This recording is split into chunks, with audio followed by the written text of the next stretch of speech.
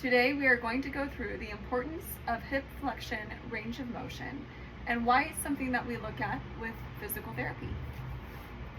So your hips move in multiple directions. Today we're going to go through flexion. Bear with me because I do have the sun in my eyes. So your hip flexion is this motion here. It's your hip moving into flexion. Extension is the opposite direction. Ideal hip flexion range of motion goes to about 110 to 120 degrees.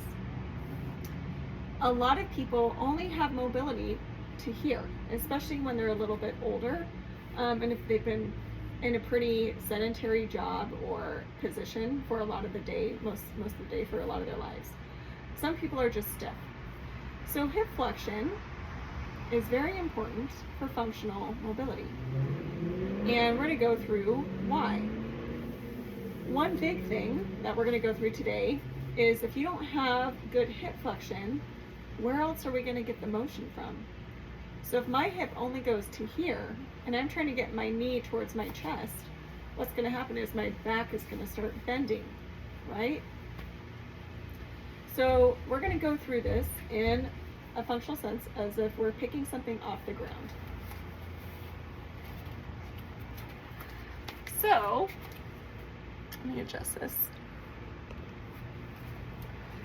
Hip flexion is huge for lifting, carrying, bending, sitting, right?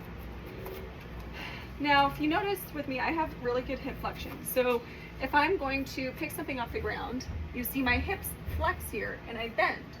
You don't see a lot of my back rounding like this. So when I want to go pick something up, I can just bend at my hips, pick up my sandal here, pick up my sandal, and stand up. Without that hip flexion, let's say I only have that 90 degrees or less, I'm going to probably get to that point of 90 degrees, and then to get down to the ground, I have to bend through my back to pick something up. Now, when I go to pick it up, guess what does most of the work? My back, not my hips. So if you're looking to avoid a back injury, you need to make sure you have good hip hinge and hip flexion. Because some people have hip flexion, but they don't know how to hinge at their hips correctly. A lot of people end up lacking that motion, so when they go to bend something, they go like that, and they don't do it correctly. Or they go down to sit down and go in a squat. But hey, that's, about 90 degrees. I'm trying to do it right here. So when they have to go sit down, they have to bend through their back, right? So then when they're standing up and sitting down all day, they're bending through their back and not through their hips. And that can also cause pain.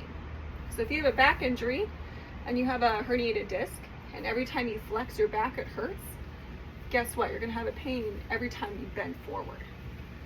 So your hip flexion is important to maintain good back health as well as hip health. It's also great for your pelvic floor. And we'll go through that in a different video as well.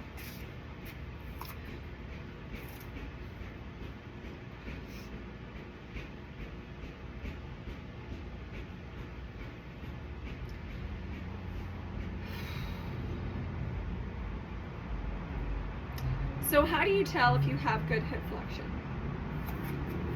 One, you can lie on the back like we did earlier and check and see how far your hips can move without your back bending. You can also bend through your hips here. Can you pick something up off the ground without bending through your back so much? And a little bit of flexion is normal, but can you hip hinge without going like this to pick something up? Can you sit down without rounding your spine?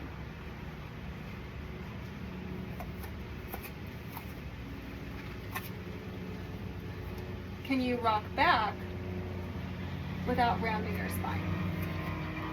Can you bring your hips back here? Notice how I have that hip flexion. If I don't have this hip flexion, I'll get to about here, and then that's all I got, or I'll start rounding my spine. So those are 3 different ways that you can test to see if you have good hip flexion.